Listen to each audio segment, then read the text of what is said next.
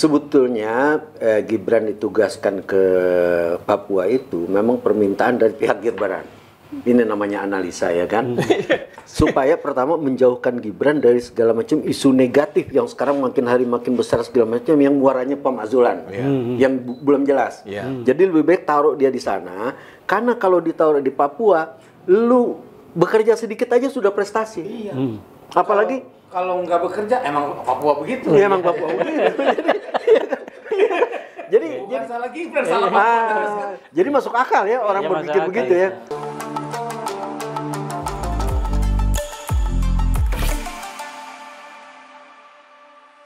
Assalamualaikum warahmatullahi wabarakatuh. Pak Presiden Nugroho Efyudo, Dede Supriyanto, hari sejauh hari kami senang Bapak kemudian memberikan penugasan kepada Wapres Gibran ke Papua. Tapi mungkin Bapak lupa bahwa yang kami minta itu bukan ke Papua, ke IKN kan? Kita minta kan ditugaskan ke IKN. Pak Presiden, ini kayaknya ada pembisik yang membelokkan. Bukan, tugasnya di Papua. Kan dulu Pak Jokowi kan pernah menjanjikan bikin istana di Papua sama warga Papua kan. Waktu kalau nggak salah awal periode kedua ya. Pas kunjungan ke sana, karena kan Jokowi ini dikenal sebagai presiden yang sering berkunjung ke Papua. Nah, salah satu kunjungannya dia menjanjikan akan bikin istana. Bahkan Pak Basuki selaku Menteri PUPR sudah lihat tanah, menghitung macam-macam lah. Cuman sampai masa tugas berakhir barang itu belum ada. Bagus kan? Nah, ada istana Presiden, istana Bogor, istana Cipanas, kan? Istana Tampak Siring. Kita punya istana Papua. Bagus. Tapi kan ini kan sekarang Gibran selaku wakil presiden kan mendapat tugas dari presiden untuk mengurusi Papua. Nah, karena di Papua istananya belum jadi, ya berkantorlah yang terdekat. Istana juga. Ya, IKN. Itu dia makanya buat tadi gua bilang sama Pak Presiden. Pak Presiden argumentasinya begitu. Iya, argumentasinya begitu. Iya, ini kita usulkan ke IKN, kenapa Pak Presiden ke Papua kan begitu kan? Ternyata bukan tugasnya di Papua. Kantornya di IKN. Itu salah ngomong Yusril. Oh, Yusril.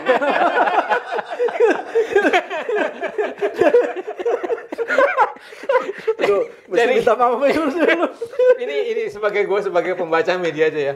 Yusril mengumumkan, kita kaget semua tuh hari yang sama itu. Nggak Yusril Menteri kan? Yusril Menteri. Nggak semua orang tahu. Sebagai Menko, Yusril Iza Mahendra itu mengumumkan bahwa Presiden menugaskan Gibran untuk berkantor di Papua. Ini yang dikutip pers.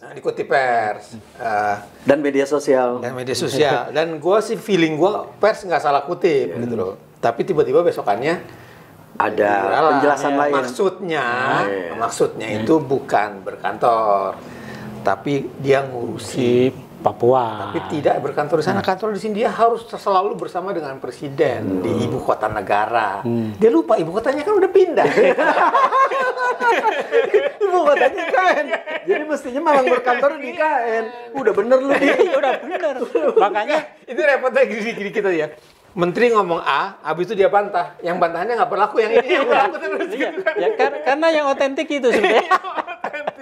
Jadi paling enggak itu yang di back mind-nya itu gitu. Jadi sebetulnya antara kasihan dan jengkel ya. Mungkin loh ya. Di lingkungan jengkel sama Gibran. Iya. Gue pikir antara kasihan dengan tapi kasihan gitu kan dia wapres. Kalau kasihan tuh kan yang satu lagi positif. Antara kasihan dengan kagum. Antara kasihan dengan jengkel di bawah. Itu bukan antara itu. Jadi melihat kapasitas wakil presiden seperti ini kan, menteri-menteri ini mungkin jengah juga ya. Sementara kalau mau konsultasi langsung ke Pak Prabowo, presiden kan juga nggak gampang. Karena sibuk dan apalagi sekarang sering keluar negeri gitu kan. Saya kan ingat waktu Pak SBY punya calon JK, punya wapres JK kan. Itu ketika ketemu presiden, Presiden Pak SBY itu kan suka ngomong filosofis kan, di balik rencana kebijakan itu apa? Dia cerita filosofinya, latar belakang, sehingga menteri-menteri itu sering bingung. Harus gimana ya gitu, maka dia lari ke JK. Karena Pak JK ini paham persis pikiran SBY, dia langsung minta udah lalu kayak gini. Itu yang dan itu jalan. Terbukti Pak SBY-nya nggak komplain gitu kan. Demikian juga pada saat Jokowi, presidennya JK juga seperti itu. Jokowi kan ngomongnya pendek-pendek, gitu. Kadang-kadang jelas, kadang-kadang nggak jelas. Malah kadang-kadang nggak jawab. Nggak jawab. Lebih sering nggak jawab. Dendam. Kok tanya gue, tanya saya gitu. Nah, itu menteri juga lari ke JK gitu. JK yang itu maksudnya presiden seperti ini.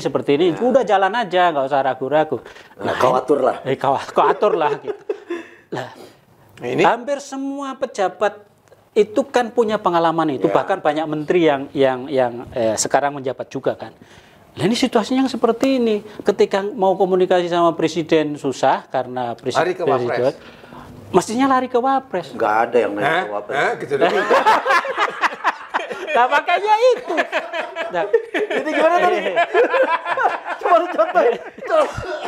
Itu tercermin dari pernyataan Pak Yusril. Sudahlah tuh. Berkantor di Papua saja. Itu loh. Mestinya Pak Yusril nggak usah mengkoreksi karena pada hari yang sama Gibran udah menyatakan siap, kapan saja saya akan berangkat. Gitu. Kenapa harus dikoreksi? Iya, dan sebaiknya Pak Yusril juga jangan mengoreksi omongan Didi barusan, ya jangan lagi dibalas lagi. Saya ngomong begitu, jangan ya kan. Saya tidak berpikir begitu, jangan juga, ya kan. Udah kelihatan tuh, udah kelihatan. Jadi ya begitulah. Berkantor di IKN aja. Berkantor di IKN saja. Sesuai usulan kita. Daripada sekarang IKN kan karena tidak dikantori oleh pejabat, maka banyak aktivitas yang gua terkontrol lah. Apa itu? Polisi menjaring pelacur. Pekerja seks gitu kan. Gitu. Karena udah banyak sate kambing PSK. Banyak PSK digarung di situ. Itu daripada jadi itu. Ya meskipun maka saya kan kemarin ya memang destinasi wisata salah satu wisata yang paling dia yang usulnya jadi wisata, sekarang wisata seks. Nah, makanya kalau Gibran di sana kan bisa ditertibin itu. Nah, bisa ditertibkan. Gitu. Bisa nonton bareng ya. Narkoba juga bisa hilang. Nonton bareng Pak Gibran. Pemersatu bangsa itu. Oh, itu apa yang porno. Yang siapa Ernie apa itu? Oh. Iya. Yang dia nggak bisa menghapus atau gimana menjadi follower. Follower. Ya, jadi begitulah saya kira sih melihat kesikapan dan kesiapan beliau siap menyelesaikan Papua. Ya udah, nggak usah ini lagi ya, nggak usah pakai di itu ralat-ralat ya. Ya daripada ngomong AI bisa jadi kawah Chandra di muka. Nah, betul. Banyak yang berpikir begitu. Jadi banyak yang mengatakan bahwa sebetulnya Gibran ditugaskan ke Papua itu memang permintaan dari pihak Gibran. Ini namanya analisa ya kan. Supaya pertama menjauhkan Gibran dari segala macam isu negatif yang sekarang makin hari makin besar segala macam yang muaranya pemakzulan. Yang belum jelas. Jadi lebih baik taruh dia di sana karena kalau ditaruh di Papua lu bekerja sedikit aja sudah prestasi. Apalagi kalau nggak bekerja emang Papua begitu. Iya, emang Papua begitu. Jadi salah Gibran, salah Papua. Jadi masuk akal ya orang berpikir begitu ya. Apalagi kemarin itu Dirjen Anggaran. Tapi kalau lo bilang ini kawah Chandra di muka, enggak, ini kawah doang.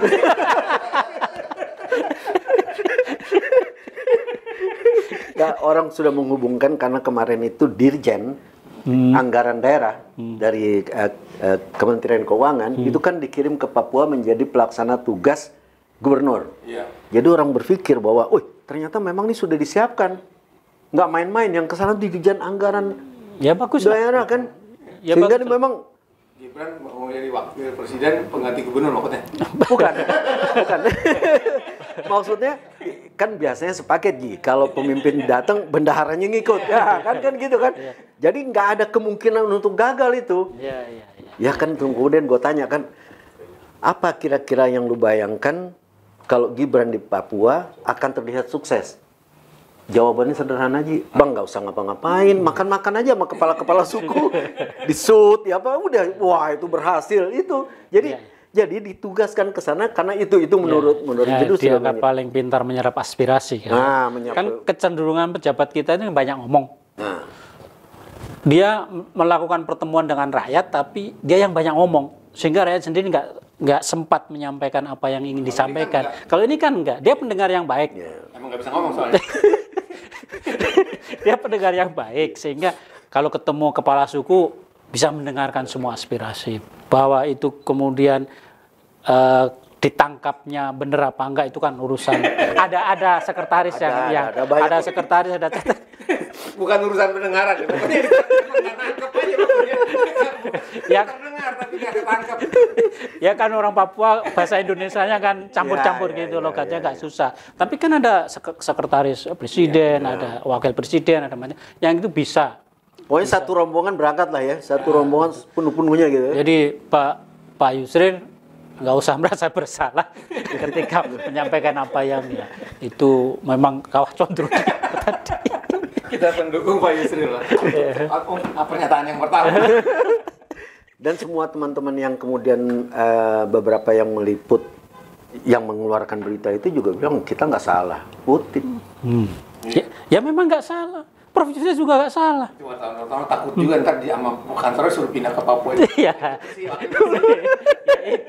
Itu yang jadi masalah. Jadi gimana nih, berkantor di Papua atau berkantor di IKN? Pengurusin Papua. Itu. Sebelum ada istana di Papua itu, sebagaimana diamanatkan oleh janji bapaknya dulu, ya udah berkantor di IKN.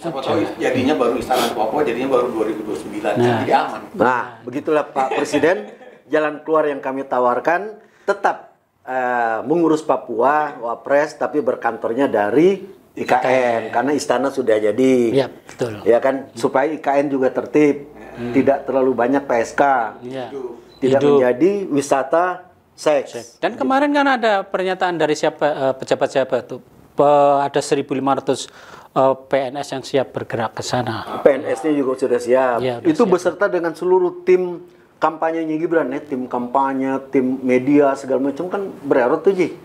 Ya kalau itu mah tergantung Gibrannya aja gitu. Kalau Gibrannya merasa nggak percaya diri perlu pasukan tambahan, ya dia duitnya kan banyak, ngerahkan buzzer macam-macam kan. Kalau berani sendiri.